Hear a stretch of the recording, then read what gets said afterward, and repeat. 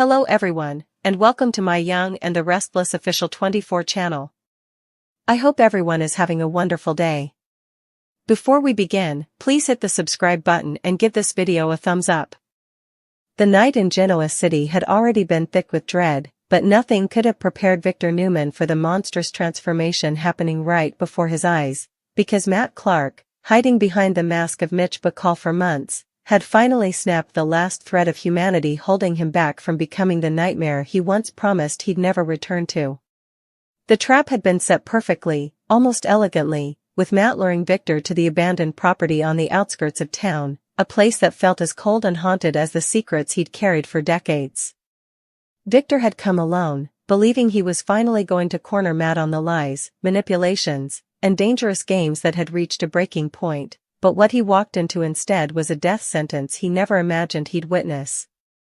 Ashley Abbott, gagged, her wrists bound, her eyes glazed with terror, was on her knees in the center of the dim, dusty room, lit only by a flickering lamp that barely illuminated the sheer horror etched across her face.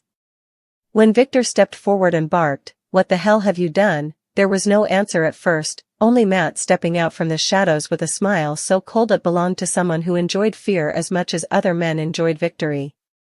Then came the words that stole the breath from Victor's lungs. "Don't kill me," Ashley choked out in a trembling whisper, her voice cracking under the weight of unbearable panic. But Matt wasn't listening. In fact, he was savoring it. Victor lunged forward, rage exploding, but Matt lifted a gun and pressed it against Ashley's head before Victor could take another step, freezing Victor in place like he'd been struck by lightning. "One more inch," Matt warned with quiet deadliness, "and she dies faster than you can blink." Victor's jaw tightened, every muscle in his body wound so tight it looked like he might snap from rage alone, but Matt was in complete control. He'd orchestrated this moment, calculated every possible move, and he relished holding Victor Newman, one of the most powerful, feared men in the world, completely helpless. "Let her go," Victor growled, voice gravelly with fury. "This has gone far enough." But Matt only tilted his head, amused, stepping closer to Ashley until she flinched in pure terror. "You think you get to set the limits here?" Matt sneered. "You think you get to decide what's gone far enough?" Ashley whimpered, her breath shaking, tears streaming down her face as she begged again, "Don't kill me, please." "Matt, don't do this." Victor forced down a spike of panic. He needed to keep Matt talking, needed to slow him down, needed to find some way to break through this sick spectacle. But Matt was already past any point of reason. He turned his cold gaze on Victor and said, "You took everything from me once. Now you get to watch me take something from you." Victor's heart stopped. Ashley wasn't Victor's wife, wasn't his blood, but she was someone he deeply respected, someone innocent in all of this, someone who had been dragged into this nightmare because Matt wanted to break Victor piece by piece. "Matt," Victor said, low and firm, "you don't want to do this." But Matt only smiled deeper. "Oh, but I do," he whispered.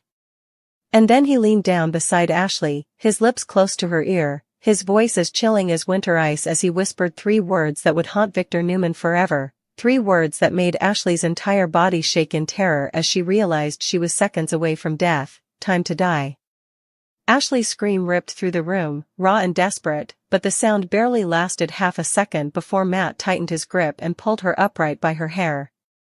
Victor roared, "No," as he surged forward, ignoring the gun, ignoring the threat, ignoring everything except the need to stop this. He would take the bullet himself if it meant saving Ashley. But Matt had anticipated that too. His reflexes were sharper, faster, fueled by pure, deranged adrenaline.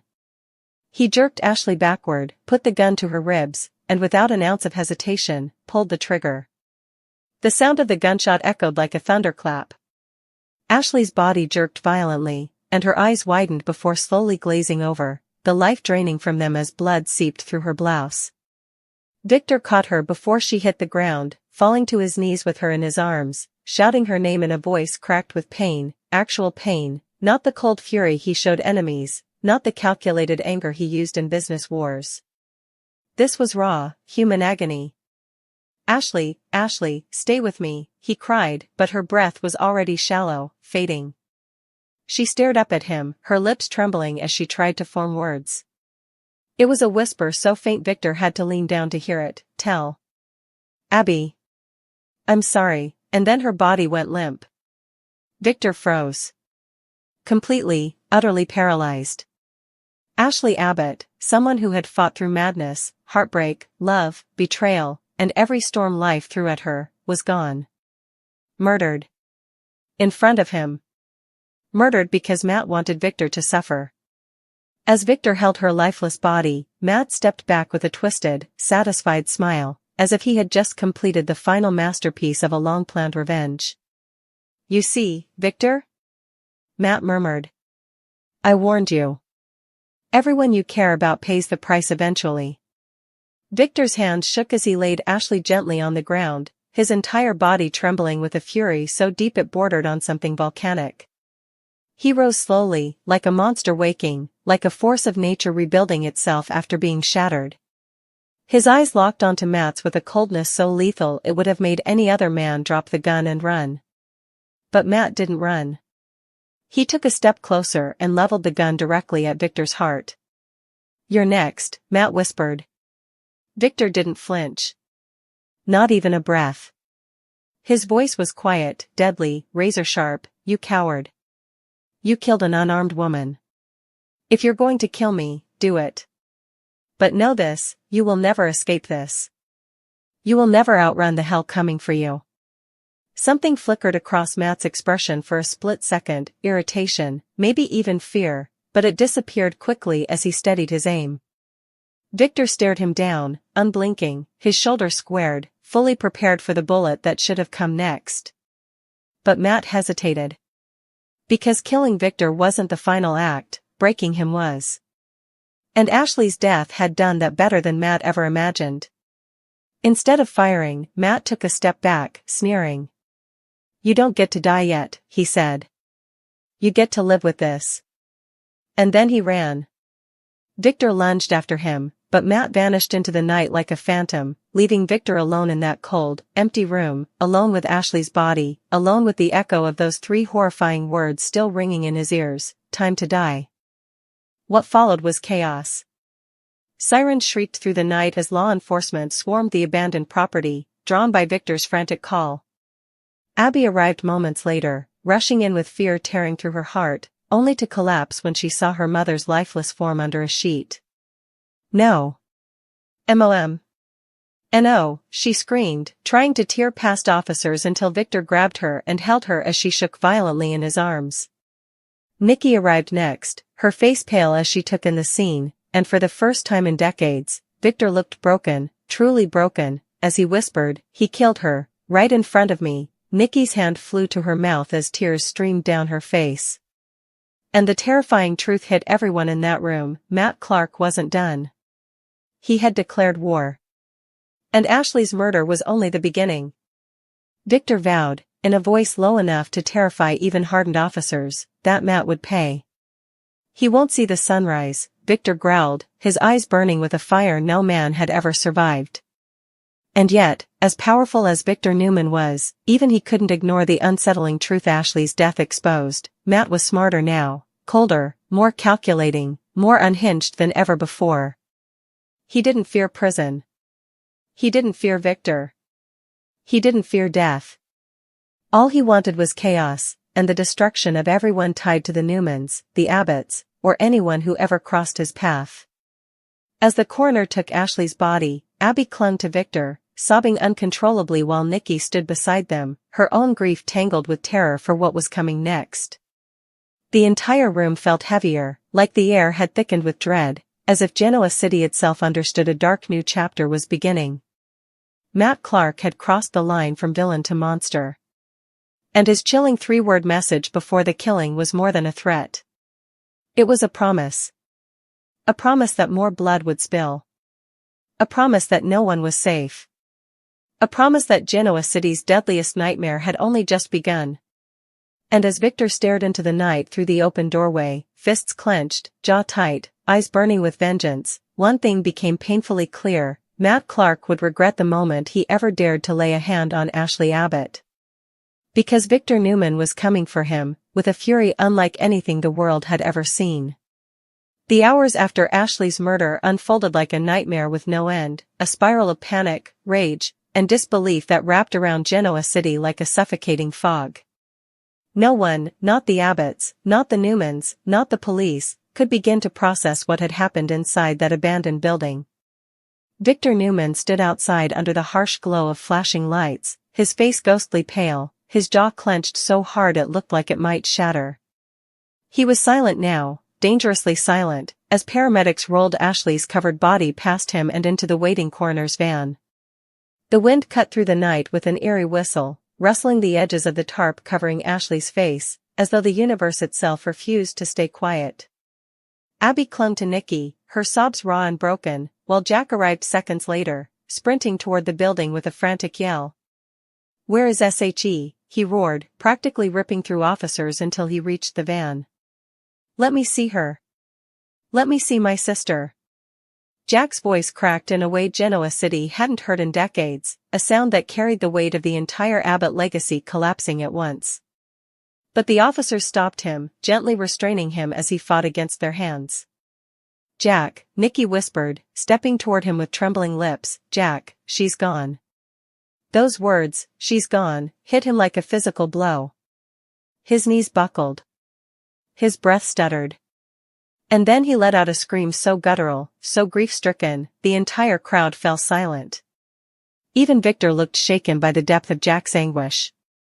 But the grief lasted only seconds before it morphed into rage, pure, volcanic rage, as Jack's eyes snapped to Victor. "You were with her," he hissed. "You were right there. How did you let this happen?" Victor closed his eyes for a moment, his face tightening with pain. He deserved the anger. He understood it. But Jack's accusations only poured gasoline on the fire already burning inside him. "Matt shot her before I could stop him," Victor said, voice low but trembling. I tried, Jack." Jack stepped forward, shaking violently, pointing a finger in Victor's face. "You brought this monster back into our lives. You let this escalate. And now she's dead." Officers moved to separate them, but Victor didn't fight back. He didn't defend himself. He just let the blame land, heavy and merciless, because the truth was he felt every word like a knife. He had failed Ashley. But Jack wasn't done. "If you want to help," Jack snapped through clenched teeth, "then you find Matt. And you bring him to me. Alive. Because I swear to God, Victor, I will be the one to end him." Those words, spoken with deadly certainty, seemed to crystallize the direction of everything that would follow. The hunt for Matt Clark had begun. Nikki wrapped her arms around Victor as Jack pulled away, collapsing into Billy's arms when he arrived moments later. Billy looked devastated, holding his brother up as Jack broke down again, his entire body shaking. Tracy arrived next, sobbing uncontrollably, her voice cracking as she cried Ashley's name again and again. It was chaos, pure emotional destruction, and Matt, somewhere out there, was smiling. But while the Abbotts mourned, Victor's mind shifted into something far colder. Something deadly. Something precise. He walked away from the groups, away from the sobbing, away from the grief, and made a call that changed everything. "It's Victor Newman," he said the moment the other end picked up. "Activate the full protocol. I want every operative, every asset, every contact. Matt Clark does not leave the city alive." The person on the other end replied, "Understood." Victor ended the call and stared into the night as if he could will Matt to appear in front of him. But Matt had already slipped into the darkness like a ghost. Across town, Matt tore through backroads in a stolen car, adrenaline pumping through his veins, heart racing with the intoxicating high of violence. Ashley's blood was still on his shirt, drying in streaks across the fabric. He didn't bother to wipe it away. He didn't care. To him, it was proof he was in control, proof he had beaten Victor at his own game, proof that this time he was the threat, he was the monster everyone should fear. As he reached a remote pull-off, he ditched the car and set it on fire, disappearing into the woods as smoke spiraled into the sky. He knew this would be on the news. He knew the Abbotts would be screaming. He knew Victor would be raging. And he knew exactly what came next. I wonder, Matt murmured to himself as he moved through the trees, who cries the loudest when they hear the news. He had plans, dark, twisted plans that had been simmering for months. Ashley's death wasn't the end. It wasn't even close. It was a message. And the next message was already forming in his mind with lethal clarity. Back in Genoa City, as news outlets broke the story, Ashley Abbott murdered in cold blood, the world shook. Social media exploded, reporters descended on the Newman and Abbott estates, and panic rippled through every corner of the city. Abby locked herself in Lily's office at Society, sobbing on the floor as Devon held her. Kyle, Summer, Tracy, Billy, they all arrived in waves at the Abbott mansion, where the walls seemed to absorb the screams and sobs echoing within. No one could believe it. No one could accept it. Ashley Abbott was a warrior, a survivor, a woman who had faced breakdowns, betrayal, heartbreak, and business wars, and now she was gone because Matt Clark decided she would be collateral damage. At the ranch, Nikki sat beside Victor in the living room as he stared straight ahead, unmoving, hands clasped tightly as if holding something together inside himself. "Victor," Nikki whispered, placing her hand over his, "you can't blame yourself." But Victor pulled his hand away, shaking his head. "I should have stopped him," he said softly. He whispered in her ear. "He told her she was going to die. And I couldn't stop him." Nikki's eyes filled with tears. Victor rose abruptly, pacing like a caged animal. "He killed her in front of me, Nikki. He made me watch." He slammed his fist onto the desk, making Nikki flinch. "And now he thinks he can run? He thinks he can hide?" Victor's voice dropped to a growl, "I will end him." But Nikki's fear wasn't for Matt, it was for Victor. Because she had seen this side of him before, but never like this. Revenge wasn't just a mission now, it was an obsession, a need that burned so hot it threatened to consume everything in its path. Across town, Chance Chancellor stood in the police station briefing room, addressing his officers. "We have a fugitive who is armed, dangerous, and unpredictable," he said, his tone grim. "Matt Clark executed Ashley Abbott in front of a witness. He will kill again. We stop him before that happens. Check every abandoned site, every known associate, every hotel, every rental car, turn the entire city inside out." But even Chance knew the truth, Matt wasn't going to be found easily. He was too smart. Too prepared. And that terrified Chance more than anything. Meanwhile, Jack stumbled into the Abbott mansion hours later, his suit jacket still covered in dust from the warehouse, his eyes red and swollen. He walked directly into Ashley's lab, the place where she spent countless hours experimenting, dreaming, creating. The room smelled faintly of the floral perfume she always wore. Her coffee mug still sat on her desk. Her notes lay scattered across a table. Her lab coat hung neatly on the wall. And Jack collapsed onto a chair, burying his face in his hands as fresh tears poured out. Tracy entered quietly behind him, her heart breaking as she watched her brother shatter. She placed her hands gently on his shoulders. "Jack," she whispered, voice weak, "we'll get through this." But Jack shook his head. "No," he whispered back. "We won't. Because she's gone. And I didn't protect her. I didn't save her." Tracy hugged him tightly as he cried against her, both of them trembling with grief that felt too big to fit inside their bodies. But grief wasn't the only thing growing.